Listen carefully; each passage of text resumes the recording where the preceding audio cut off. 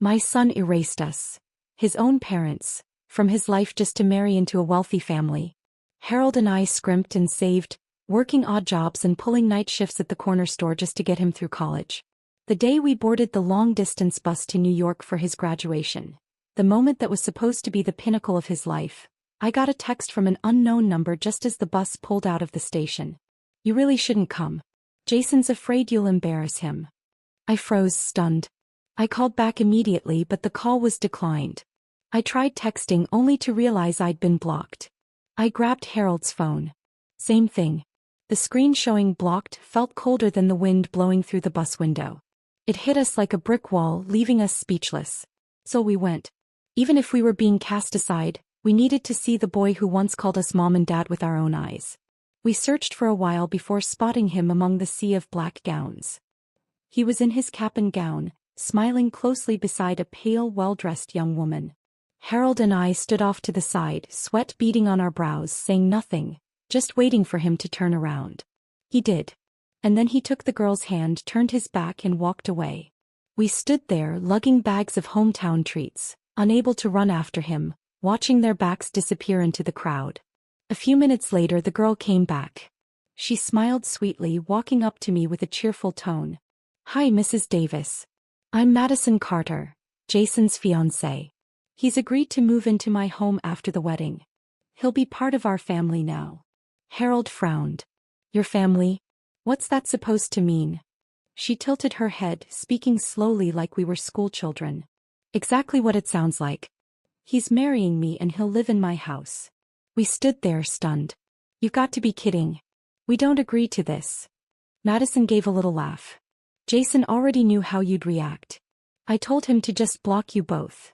I'm an only child. That house is going to be in my name. And any children we have, custody will be mine, obviously, unless you want your grandkids stuck in some dead-end small town like you." Jason emerged from behind a tree and wrapped an arm around her shoulders. "Madison, that's enough." Harold's eyes turned red. He grabbed Jason by the collar. "Are you serious? You're okay being someone's pet project like this?" Jason's gaze didn't waver. "I know exactly what I'm doing. If you can't accept it, don't come to the wedding. I wasn't planning on sending you an invite anyway." Madison added with a smirk. "Jason, didn't you say your dad's got a temper and your mom's health isn't great? Let's just make it simple. We'll tell people your real parents passed away." The smugness on her face was unbearable. Just moments ago I'd thought she looked like a refined young woman. Now she just looked cheap. Harold lost it and slapped Jason across the face. "You've got no backbone at all." Jason just shook his head. "Dad, your ideas are ancient history." Madison clung to Jason's arm and kissed his cheek. "If you can't deal with it, don't come. We're getting married with or without you." I looked at her and asked, "Madison, don't you have parents?" She flinched, her eyes welling up instantly. "What's that supposed to mean?" Jason stepped in to shield her. "Mom, watch your tone." People were starting to stare. Jason grabbed Madison and led her away. Harold and I exchanged a look, one full of bitter disappointment. On the ride home, we sold all the local snacks we had brought for Jason at a market downtown. We didn't speak a word. 2 weeks later, the wedding happened without us. We weren't invited. We didn't go. Then around Christmas my phone rang. "Mom, can you come help with the baby? Madison just gave birth and he won't stop crying." I let out a cold laugh. Of course. When they need something, suddenly I'm family again. The call came through Joe, our neighbor. He handed me his phone, shaking his head. "Your son said your phone's off. Figured I'd swing by." I knew what that meant. Jason had us both blocked, but he kept Joe's number as a backup. Jason's voice came through on the line, skipping the pleasantries. "Mom, can you come to the city to help with the baby? Madison's exhausted. Caleb won't stop crying." I scoffed inwardly, typical. No contact for months, then suddenly we're on speed dial when they need a babysitter. But still, he was my grandson. My heart wavered. "You coming to get me?" I asked. There was silence on the other end. Then Madison took over. "Nora, I'll send a cab for you. Jason's got work, he can't leave right now." I nodded and said, "All right." As soon as the call ended, Jason lifted the block on my number. That was fast. The next day was Christmas Eve. I said goodbye to Harold at the porch. He stood there in his old work jacket watching me climb into the car, eyes rimmed red and shining. With 3 grocery bags and 1 worn-out suitcase, I spent 6 hours on a bus heading into New York City. The city hit like a tidal wave, skyscrapers looming, crowds surging in every direction. I stood outside their high-rise apartment, took a deep breath and pressed the doorbell. It creaked open. Madison stood there. She blinked, startled for a second, then gave me a smirk. "Nora, this outfit is vintage." For a second, I thought it was the old lady from downstairs who digs through recycling. I didn't respond. "Is Jason home?" I asked. "He's at work." Without another word, I started dragging my things into the apartment. The clatter of luggage hitting the floor woke the baby. A sharp, high-pitched cry rang from the bedroom. Madison rolled her eyes. "Can you be a little quieter? You woke him up." I stood still, waiting for her to come out. He didn't. Instead, she called back over her shoulder, "Nora, I'm hungry. I'd love some chicken soup. The fridge is over there." Then she disappeared into the bedroom, door slamming shut. I didn't even get a good look at my grandson, just a glimpse of soft hair and a flushed little cheek. He made the cutest gurgling sound while nursing. I opened the fridge. Neatly arranged shelves of online-ordered groceries and fancy jars, but no sign of chicken breast. I knocked gently on the bedroom door. After several seconds, it cracked open. Madison poked her head out, hair a mess, voice hoarse and annoyed. "What? There's no chicken in the fridge." She rolled her eyes again. "Then make whatever soup you can. I need something nutritious." "All right. Go back to rest." But I scoured the whole kitchen and came up empty-handed. Finally, I found a frozen vegetable mix tucked away in the freezer. I boiled a simple veggie soup and whipped up 2 side dishes. By the time everything was done, nearly 2 hours had passed. I knocked on the bedroom door again. No response. Madison didn't come out until Jason came home from work. The food had gone cold, so I reheated everything. Jason frowned the second he stepped in. "Mom, why didn't you wait for us? Reheated food never tastes the same." I stayed silent and started serving the meal. I hadn't had a drop of water all day. My lips were so dry they'd begun to crack. Madison glanced at me and asked, "Mom, aren't you drinking anything? There's a water dispenser in the kitchen." She pointed to the corner. The bottle was empty. Then she reached into the cabinet and pulled out a fancy glass bottle of premium water, poured a cup and handed it to me. "We drink this filtered stuff now. It's way healthier. You probably won't be used to it though. It's not cheap." I drank the whole glass in one go. Tasted fine, but I was still thirsty. Jason noticed and handed me another bottle. "Here, Mom. Drink this for now. We'll refill the dispenser once the delivery arrives." Madison shot him a sharp look. I stared at Jason's hands, clean, manicured. And just like that, I felt disoriented. Back in his sophomore year, his spending had exploded, burning through over $1,000 a week like it was nothing. Jobs were scarce. Harold and I were both over 50. The only work we could get was hard labor. I worked night shifts at a convenience store. Harold worked part-time at an auto shop without benefits. We lived on stale bread and stretched every penny.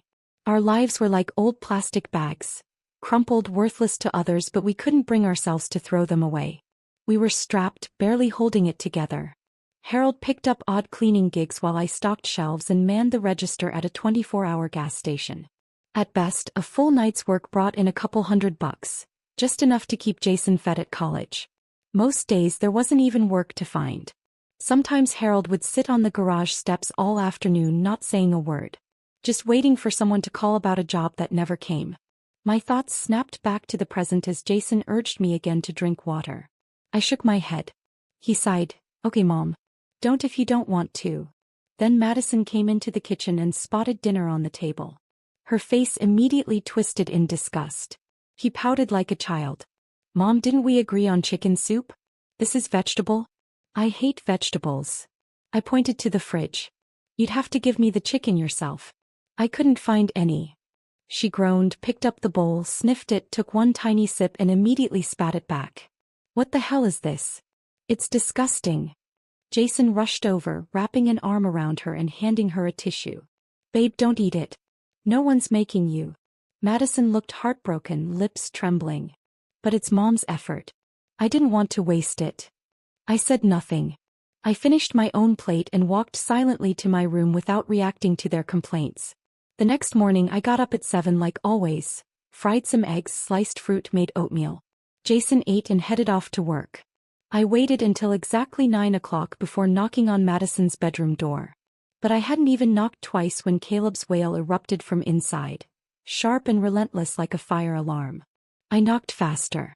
It took another 10 minutes of steady knocking before the door finally creaked open, just in time for a pillow to fly straight at my face, nearly catching me on the nose. "Can you stop causing chaos first thing in the morning? I'm losing my mind." Ignoring her tantrum, I rushed in and scooped up Caleb, who was red-faced and screaming. I bounced him gently, patting his back in rhythm. But he only screamed louder. I peeled back his diaper and immediately understood why. Overflowing, leaking at the edges. Where are Caleb's diapers? Madison had retreated to a corner, holding her nose. "Keep him away from me, he stinks." I stared her down without saying a word. Only then did she half-heartedly rummage through the drawers. 10 minutes later, still nothing. I lost it. "You seriously don't know where your own baby's diapers are?" He pouted like a child. "Jason usually keeps them near the bed. I was just too tired last night and forgot." A vein throbbed at my temple. "Then call him and ask." "Now." Tears welled in her eyes as if I'd just kicked her dog. "Why are you being so mean to me? This is my first time being a mom. How am I supposed to know everything?" I gave up trying to reason with her. I grabbed a pack of tissues and carefully cleaned Caleb up myself. Then I held out the bulging used diaper bag to her. "Throw it out." She recoiled like I was handing her a dead animal. "Not a chance." I walked straight to the corner and tossed it in the trash myself. It was still barely 40 degrees outside and I didn't want the baby catching a chill. I didn't even wash my hands, just wiped them off with a napkin and went digging through drawers for a fresh diaper. Under the bed, neatly stacked, were 10 unopened packs. I changed Caleb, then handed him to her. "Feed him." She pinched her nose tighter. "No way. He smells. He needs a bath first." I clenched my jaw, wrapped Caleb tightly in a blanket, and carried him downstairs to the corner grocery store. Bought a can of baby formula out of pocket. I'd just finished mixing it when Madison strolled into the kitchen to grab some water. She spotted the bottle and her expression shifted instantly. She snatched it from the counter, voice dripping with disdain. "Oh my God, Nora, what brand is this?" She grabbed the formula can, hurled it to the ground, then stomped on it like she was killing a rat. "I've never even heard of this brand. Are you trying to poison Caleb?" Then she poured the entire bottle of formula down the sink, bottle and all. I shoved Caleb into her arms. "Then you feed him." She didn't budge. Just stared coldly and said, "Your grandson's hungry. Figure it out." "I'm not doing it." Caleb's screams became wild and ragged. Madison stood at her bedroom doorway, then turned and walked off without a single glance back. I held the baby, pacing the floor, trying to soothe him. I walked into the kitchen, hoping the chicken soup I made yesterday might help. But it had burned. The whole apartment reeked of scorched broth. And Madison?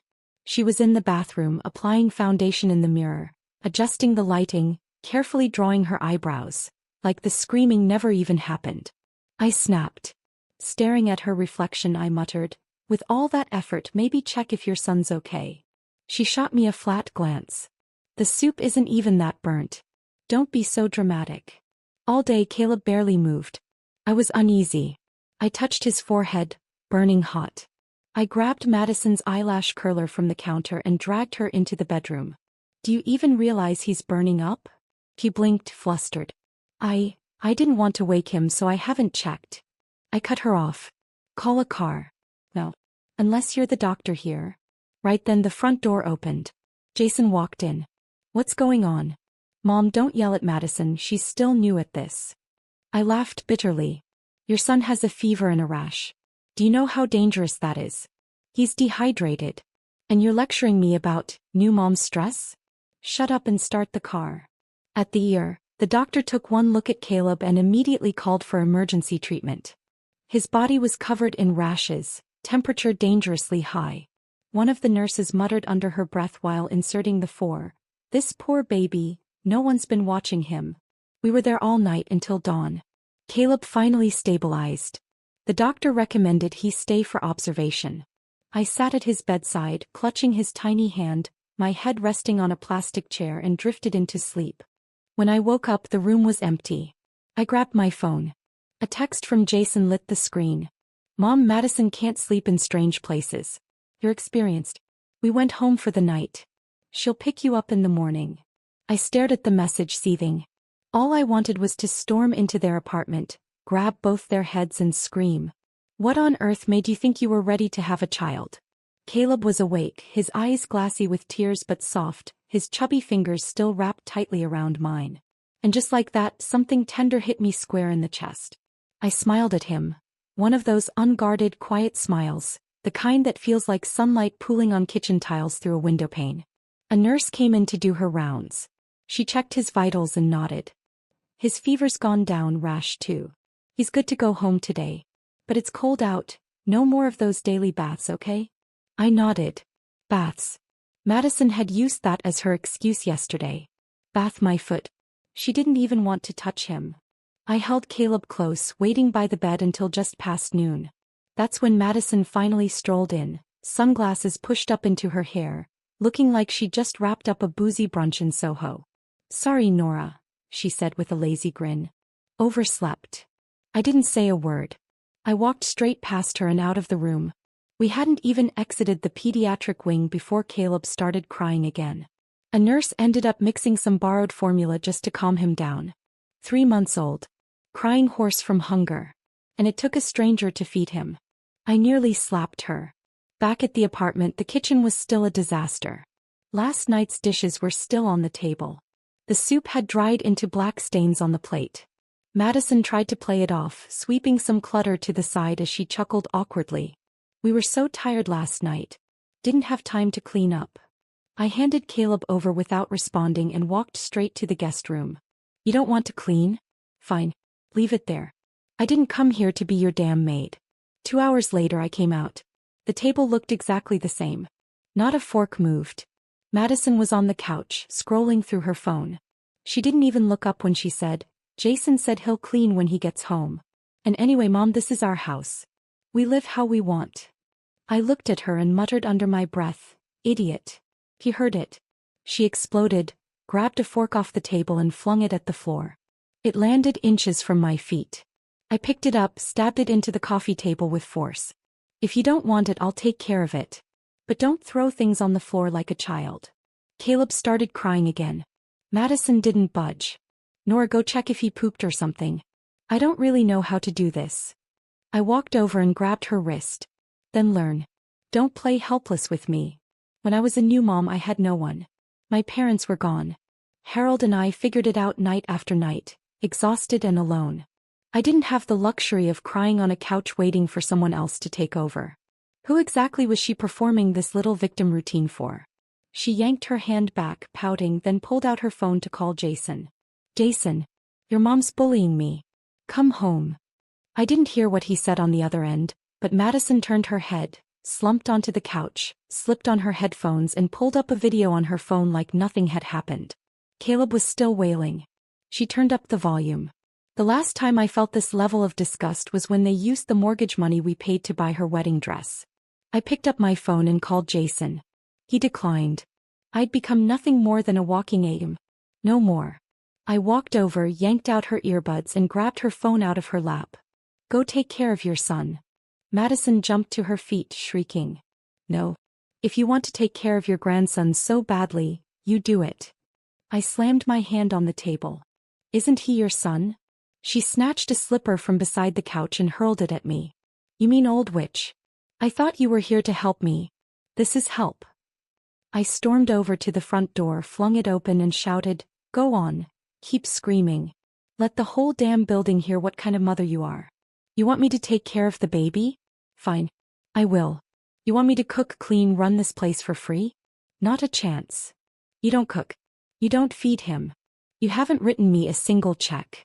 And your precious husband, my son, hasn't sent a dime to this household. Do you both think I was born to serve you?" Madison charged forward, slammed the door shut with her shoulder, then collapsed onto the floor, screaming and clutching her head. "I don't care anymore. I'm done. I don't want to be a mom. You can't make me do this." I laughed bitterly. Walked up and grabbed her arm. Then why did you have him? No one forced you to give birth and dump him on someone else. He kicked her legs in the air like a toddler mid-tantrum. Jason takes care of him when he's home. Ask him. It's not all on me. I snapped. Jason works all day. What do you think he's doing, journaling in his pajamas? He pouted childlike. My mom used to help. But she quit. And that's when it hit me. I was the relay baton. The replacement no one asked, just handed off. I sighed and walked over to Caleb. His little face was flushed from crying, but when he saw me, he hiccuped and stretched out his arms. I gently took his chubby hand. His diaper was soaked. After I changed him, he started squirming, fussy, hungry. His tiny hands kept reaching in Madison's direction. She lay on the floor, pretending not to hear, music blasting from her earbuds. I walked over, picked up her bubblegum pink phone and smashed it. One loud crack. Pieces scattered. The chip, the wiring, everything laid bare. She shrieked and lunged at me like a bird with broken wings. I sidestepped. She missed. Crashed hard into the floor. The thud made me wince. That's when Jason walked in. Mom, why are you always coming down on Madison? She's young. Why can't you cut her some slack? And then he pushed me. Hard. So hard I nearly slammed into the kitchen counter. I caught myself, straightened up, pulled out my phone and glanced at the time. 7 p.m. Then I looked him in the eye and without a word slapped him. Once. Twice. 3 times. I don't touch other people's daughters, I said coldly. But I still have the right to teach my own son. Madison shrieked. Stop it. You can't do this. I didn't turn around. This isn't mutual combat. This is discipline. I opened the fridge, grabbed a cold bread roll and walked back to the bedroom. No dinner tonight. Whoever's hungry can figure it out themselves. At 2 a.m. I heard the door creak open. A soft little body was gently placed in my arms. I was still half asleep but instinctively pulled him close. When I woke up, Caleb was staring up at me, smiling. So sweet, so innocent. I froze for a second, stunned by how pure he looked. On the nightstand sat a handwritten note. Jason's handwriting. By the time you read this, we'll be in Miami. Just a 2-day trip. Don't worry, I bought Caleb's formula. It's on the dining table. No need to worry. Jason. I took a photo of the note and sent it to Harold. No caption. Jason and Madison had ditched their infant son and gone on vacation. They think they can just walk away? Not on my watch. I stood in the kitchen, shaking formula into a bottle, muttering under my breath. They want to play the carefree parents? Not happening. That evening, Harold arrived, lugging bags full of groceries. Dry-cured ham, nuts, string cheese, and my favorite, salted cashews. He was drenched in sweat, breathless as he set everything on the counter. I poured him a warm glass of milk and set it by his hand. He looked at me, eyes tired, but said nothing. Just drank. Remember how Jason looked when he was on formula? I asked. Of course I remember, he sighed. Back then, one can was $25 and I barely made $2,000 a month. I nodded quietly. He went through 4, sometimes 5 cans a month. We couldn't even afford meat. Harold looked out the window. His voice dropped. I was working heavy construction. One time I almost fell off the top floor. If Tom hadn't grabbed me, he shook his head, I probably wouldn't be here. I reached over and held his hand. The wind rustled the branches outside. Pale sunlight scattered across the floor in broken patches. Then Caleb let out a soft coo from the nursery. He was in the crib, reaching up with tiny fists, smacking his lips, hungry again. I stood and went to mix his formula. Harold stood beside me for a while. Then, in a low voice, said, We worked like dogs all those years. Not for luxury, just hoping he'd remember we did our best. I paused, didn't turn around. Just swirled the bottle gently in warm water. He's hungry, I said and gave him half a bottle. He sucked at the bottle greedily with little grunts, like a thirsty animal sipping at a pond, tiny, desperate gulps of comfort. Sometimes I wished he could stay this small forever. Protected from the ugliness of the world. In a strange way, having him around softened the disappointment Jason left behind. And Madison, despite all her nonsense, I couldn't help but wonder if Harold and I could somehow fix this mess. 2 days later, I sent Jason a message asking when they'd be back. Walked. That notification, cold and final, hit me harder than I expected. I blinked, then felt tears drop fast and hot. Harold walked in, saw me, and wrapped me in his arms. "Don't cry, sweetheart. You've still got me. As for Jason, pretend he was never your son. You should block him too." I sniffled, nodded, and pulled out my phone. Walked. As my finger tapped the screen, my mind filled with flashes of Jason's childhood. His bright baby smile. The first time he stood. His first award. Singing off-key in the living room. All those memories, sweet, bitter, loud, quiet. Gone. I collapsed sobbing in Harold's arms, so hard I couldn't breathe. My vision went black and I fainted. Harold panicked. He kept patting my back, whispering, "I'm right here, Nora. I'm here. Always." 2 days later, Jason and Madison finally returned. She waltzed in wearing a beige maxi dress, oversized sunglasses that swallowed half her face, and heels that clicked like she was walking a runway. Jason followed, stretching his sore muscles, but his face was glowing with vacation color. Me. I looked like I'd aged 10 years. Dark circles, deepened lines, hair an unbrushed mess. The moment they walked through the door, I handed Caleb straight to Madison without a word. Harold cleared his throat and put on his friendliest smile. "Long trip, huh? Let me get you two some water." Jason gulped his down. Madison took a sip, winced, but forced it down with a tight smile. Harold patted her shoulder. "You both must be exhausted. We'll take Caleb out for some fresh air." "Sweetheart, let's go." I followed, casually slinging a fully packed diaper bag over my shoulder. Formula bottles, wipes, you name it. We strolled the community garden, drank our coffee in the sun, and didn't come back until nearly noon. When we returned, Jason and Madison were sprawled on the couch, barely upright. Jason rasped, "Mom, could you bring me a glass of water?" First time he'd called me Mom, that politely since college. I nodded. "Sure. Madison too, please. She prefers it at 95 degrees. Pink mug only. No paper cups." I raised an eyebrow. In the kitchen, I pulled 2 enamel bowls from the back of the cabinet, poured in some cold milk, and brought them out. "Here you go," I said, setting the bowls down. Jason took one sip, grimaced, and stared at the bowl. "Mom, I asked for water, not this." Still clipping my nails, I replied flatly, "Take it or leave it. I'm not in the mood today. If you want me to work, start paying me." He stared at me, slack-jawed, like he'd just realized the tame house cat had turned into a lion. I got up and returned to the kitchen. Glanced back. Both bowls were empty. Hunger has a way of making anything taste edible. The past few days, Harold had taken Caleb around the neighborhood like a tiny celebrity. Thanks to the snack bags I'd pre-packed, the neighbors loved him. Meanwhile, Jason and Madison looked like ghosts the next morning. Apparently food poisoning.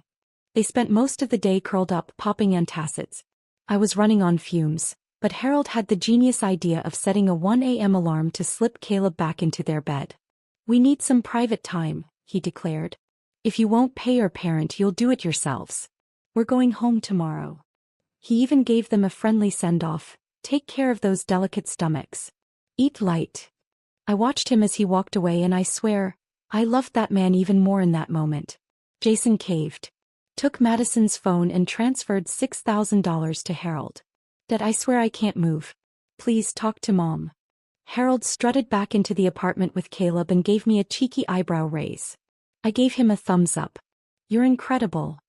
He grinned so wide his ears nearly twitched. "Tomorrow we're going to your favorite restaurant." The next morning we set out with Caleb. Madison blocked the door, refusing to hand over the keys. "I'll be home all day. I'll open the door for you later." I didn't trust her for a second. Packed extra diapers and 3 days' worth of formula, just in case she disappeared. I carried Caleb's bag. Harold carried Caleb. One each, and off we went, full of optimism. The restaurant smelled divine. I was drooling before we even sat down. We ate until we were sweating.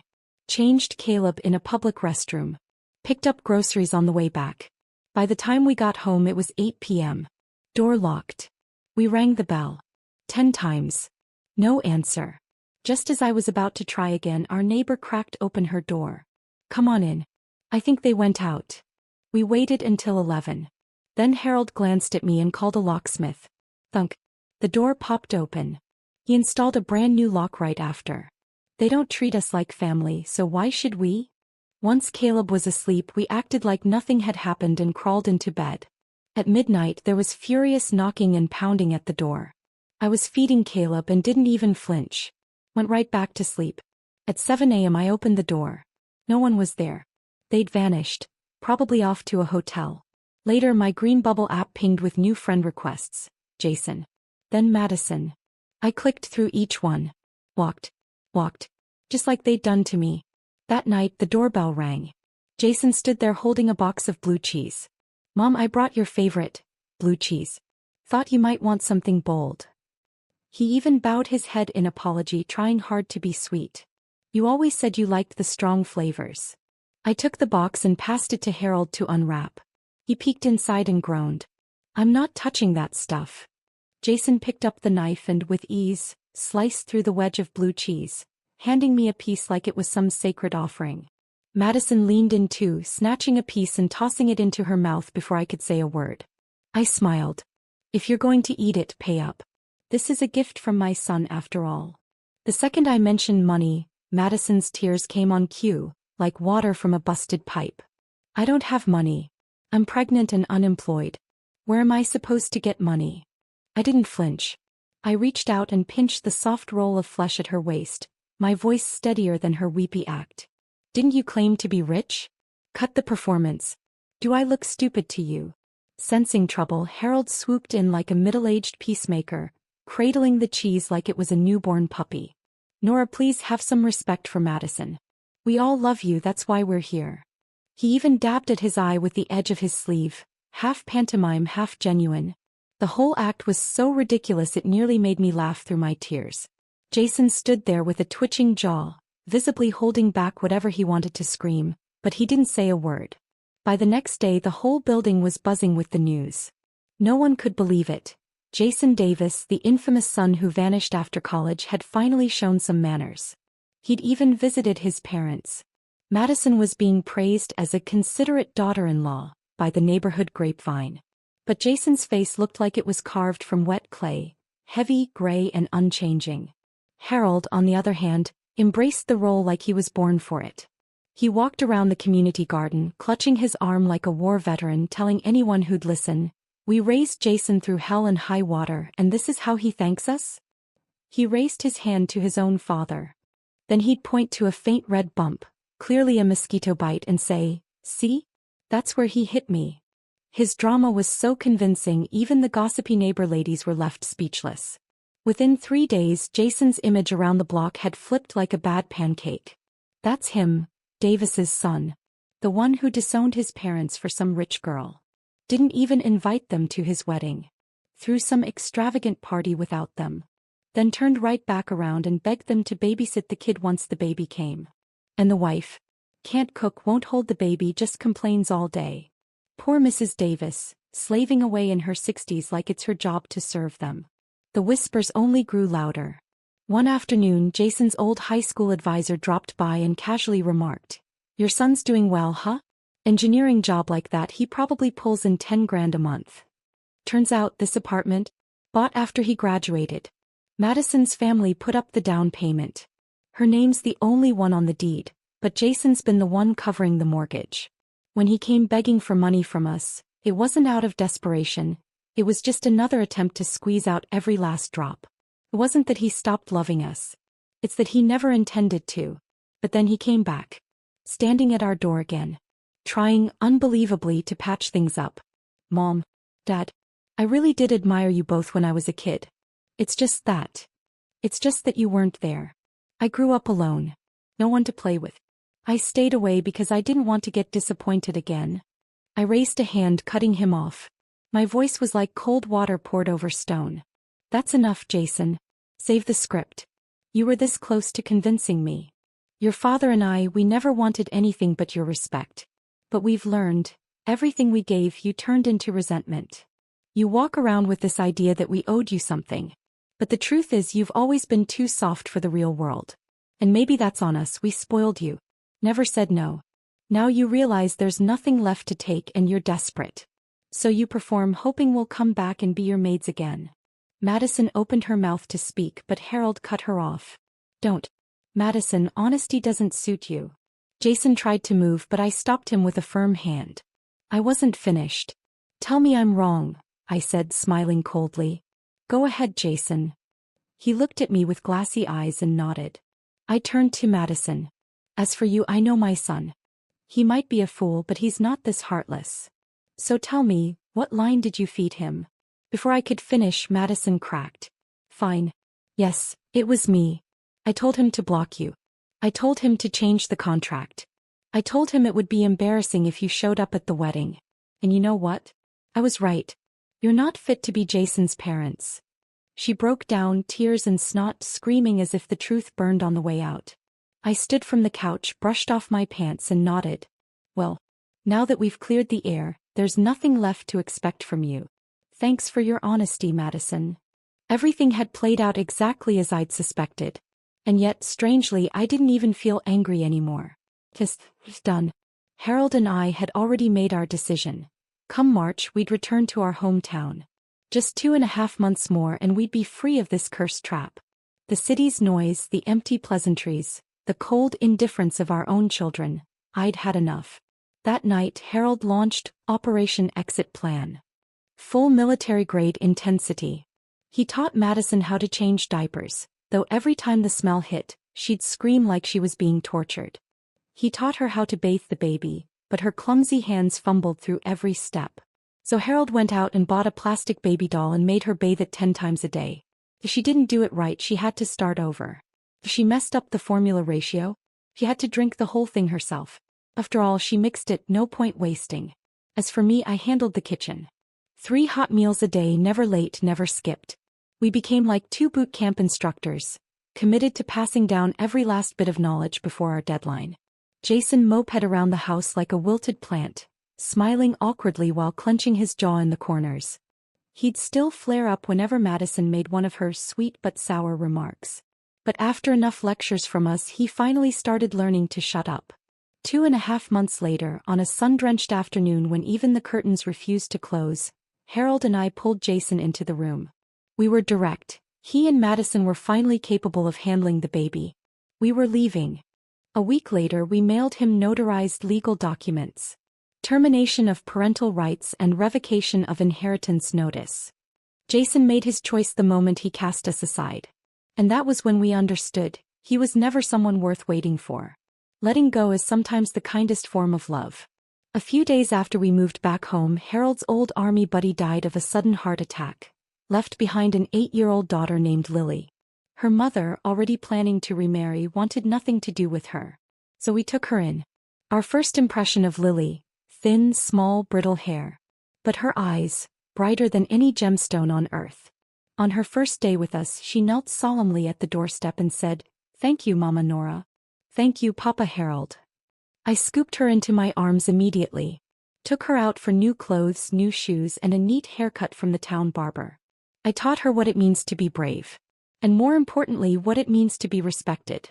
When she got to high school and earned her first scholarship check, she bought a small cream cake, then tucked the remaining cash into an envelope and handed it to me. She said, "Mom, you gave me a second life. I'll never let you down." I nodded through tears. "Good girl. I'm proud of you." For college, she got into the top public university in the state, only a 30-minute drive from home. The night her acceptance letter arrived, Harold got drunk and kept saying over and over, "My daughter's amazing. Absolutely amazing." That night, watching him, I saw a glimpse of who we used to be 15 years ago. We don't talk about Jason anymore. Last we heard, things weren't going well. Caleb was acting up at school. Jason would scold him once, Madison would cry 3 times. Their home was chaos, so much so that Jason started staying late at work just to avoid going home. Now they're apparently headed for divorce. Word is, Jason had an affair and fathered another child. But he doesn't even like the baby, and the whole mess has turned into a disaster. All I can say is this. It's not that I failed to teach him how to love. It's that he was never fit to learn. But Lily? He's wonderful. She wasn't born from my body, but she let us into her heart. Jason was born of my flesh, but not once did he ever call me Mom and mean it. Some children are just born wild. No matter how much you feed them, they'll always bite the hand that raised them. Me? I let go a long time ago.